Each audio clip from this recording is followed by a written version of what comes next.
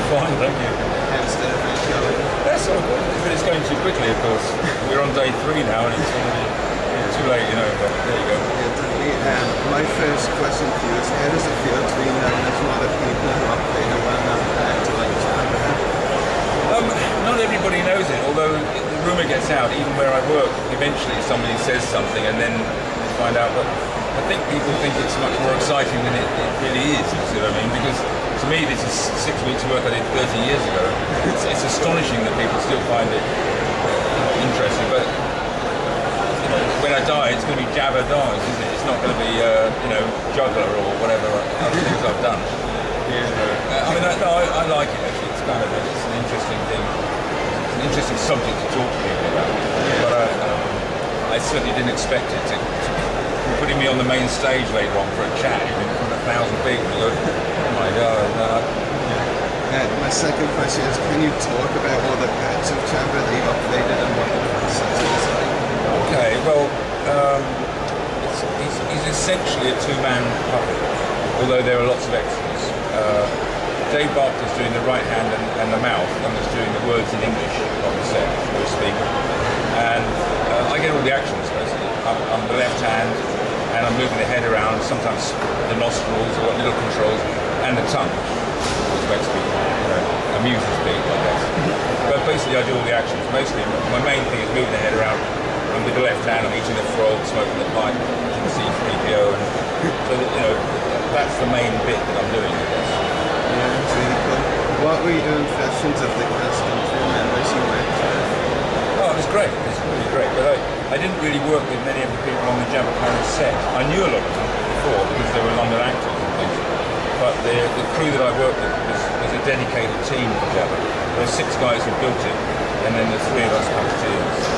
And we were kind of close-knit team because we spent the whole time figuring out how to make it work, with the chocolate break, So my main team was just we just worked on that one character, and I never even really spoke to the director or anybody because I just got inside Jabba in the morning, and everything else was off the headset.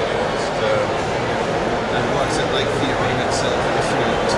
Say again? What is it like for you being at Celebration? Yeah. Oh, that was great. I was at the first one as well in London, and I like the big ones. They're kind of they're different from a little local convention.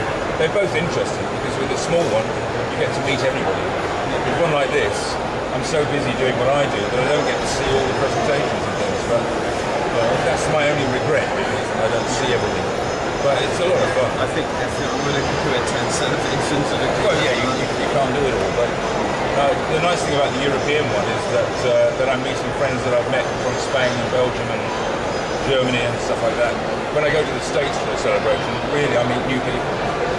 Yeah, this is an old friends one. Yeah. And we also have Facebook questions for you from Dan Gister. His first question is, any memories of Richard at LNTA you'd like to share? Well, yes, I knew Rick since 1972. We were working in Fringe Theatre, which is not West End stage stuff, but we go to Holland and do a little show using Dutch actors and things like that. And I've known him that long. It was kind of a shock when he died so suddenly, because we're the same age. In fact, I was slightly younger than me, and I just didn't have any clue that was going to happen. But yeah, I mean, I guess we had a lot of fun when we were doing acting and comedy theatre. On Star Wars, I never hung out with him because he was filming on a different set, different days, and we only met again once doing conventions. Yeah. His second question is, have you ever heard any stories of the puppet happening? Sadly, yes. John Coppinger was working in studios on another film, and he came out one day and found Jabba in the skip. They'd just thrown him away. And I wouldn't have minded having my arm, my gloves on. The latex does rot unless you keep it in an air-controlled thing. But they could have put it in the museum. It'd be worth its weight in gold now. But no, he just ran away. That's kind of disappointing. I know, it's really sad. Yeah, his third question is, any thoughts on the recent Blu-ray releases of some of the films you worked on? Roger Rabbit, Crystal, Little Shop of Horrors, Return of the Jedi, and others? I haven't got Blu-ray, so I haven't actually seen them yet in that quality, I'd like to, and I probably will at some point, but so far I can't comment on that. And his last question is, were any of your performances taped when you worked as a performer in the 60s and 70s? If so, can the public see them anywhere? No, sadly, people didn't really have any kind of technology like that. I know one guy videoed a show of mine in 1978. I don't know where he is. And I know somebody videoed me performing at a juggling convention. And he says it's in his loft somewhere, but it's an old VHS tape. And he's going to dig it out one day. But, you know, he never has done. Essentially, even still photos, I've got very, very clearly. I mean, you can look on the website for the little bits I've got. Occasionally people send me another photo of it. But, you know, I don't really have any record of what I did for that 10 years. It's the way it is. And other Facebook question comes from Peter Miller, who asked, was it hard puppeteering Jabba? Was it hard staying in sync with the other three puppeteers?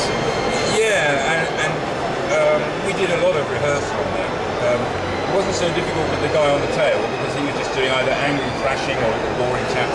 Yeah, so David and I did a lot of work together on how to coordinate things. We couldn't really see what we were doing with the hands. But I also had to coordinate with the guy doing the eyes. If you imagine, if you move your head without moving the eyes, it's one thing. If you move it and leave the eyes behind, it's another thing. And if the eyes go first, you need to practice all those things. We would go outside and practice them on ourselves. For instance, we discovered you blink when you move your head. You don't, if you blink when you're doing this, you look nervous. But when you're moving your head and your eyes are already blurry, your body just takes that moment to blink. So it took quite a bit of that time of turning your head and getting the eyes right. But it's a lot of fun. You know, you say it's difficult, but it's like you're only doing one shot. If you get it right, that's it. It's on film and you never do it again. It's not like a stage show where you're going to get it right over again. You know? So that's really cool. Thanks so much for talking to us today. That's all right. Thank you. It was great.